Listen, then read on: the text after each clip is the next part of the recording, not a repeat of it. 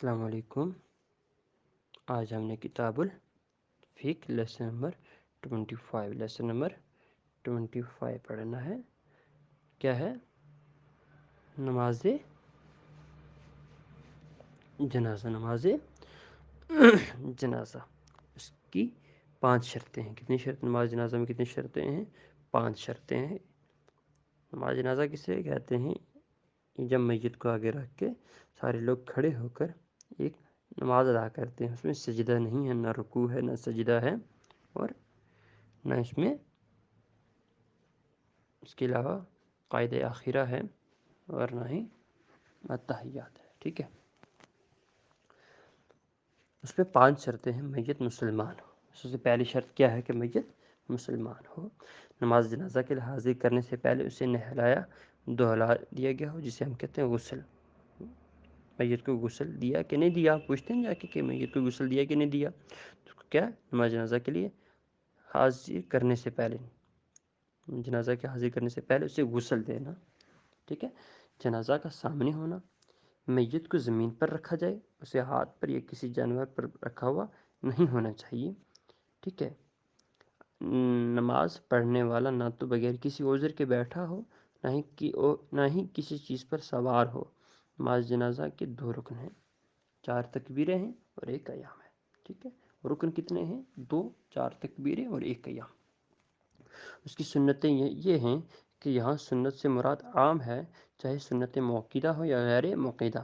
امام کا میت کے سینے کے سامنے کھڑا ہونا، پہلی تکبیر کے وقت اس کے دونوں ہاتھوں کو اٹھانا، پہلی تکبیر کے بعد ثنا کا پڑھنا، دوسری تکبیر کے بعد درود شریف کا پڑھنا، تیسری تکبیر کے بعد میت کے لیے دعا کرنا، اور چوتھی تکبیر کے بعد بغیر کسی دعا کے ہاتھ چھوڑ کر سلام پھیر دیں، اور اپنے دونوں ہاتھوں کو صرف پہلی تکبیر میں ہی اوپر اٹھائے، پہلی تکبیر میں ہی اوپر اٹھائے۔ اوکے،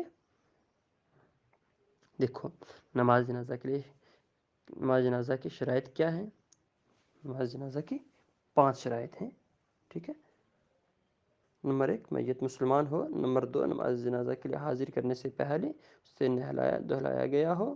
نماز جنازے کا سامنے ہونا، میت کو زمین پر رکھا جائے اور کسی ہاتھ پر یا کسی جانور پر رکھا ہوا نہیں ہونا چاہیے۔ نماز پڑھنے والا نہ تو بغیر کسی عذر کے بیٹھا ہو، نہ ہی کسی چیز پر سوار ہو۔ ٹھیک ہے، یہ پورا یاد کرنا آپ نے آنسر۔ اس کے ارکان کیا ہیں؟ اس کے ارکان 2 ہیں، 4 تکبیریں اور 1 قیام۔ ٹھیک ہے، یہ بھی پورا آنسر یاد کرنا۔ اوکے، اس کی سنتیں کیا ہیں؟ اس کی سنتیں کیا ہے؟ امام کا میت کے سینے کے سامنے کھڑا ہونا۔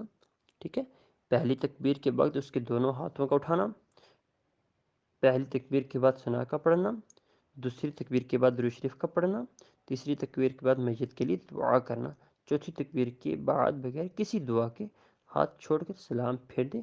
آپ نے دونوں ہاتھ کو صرف پہلی تکبیر میں ہی اوپر اٹھایا ہے۔ ٹھیک ہے، اوکے،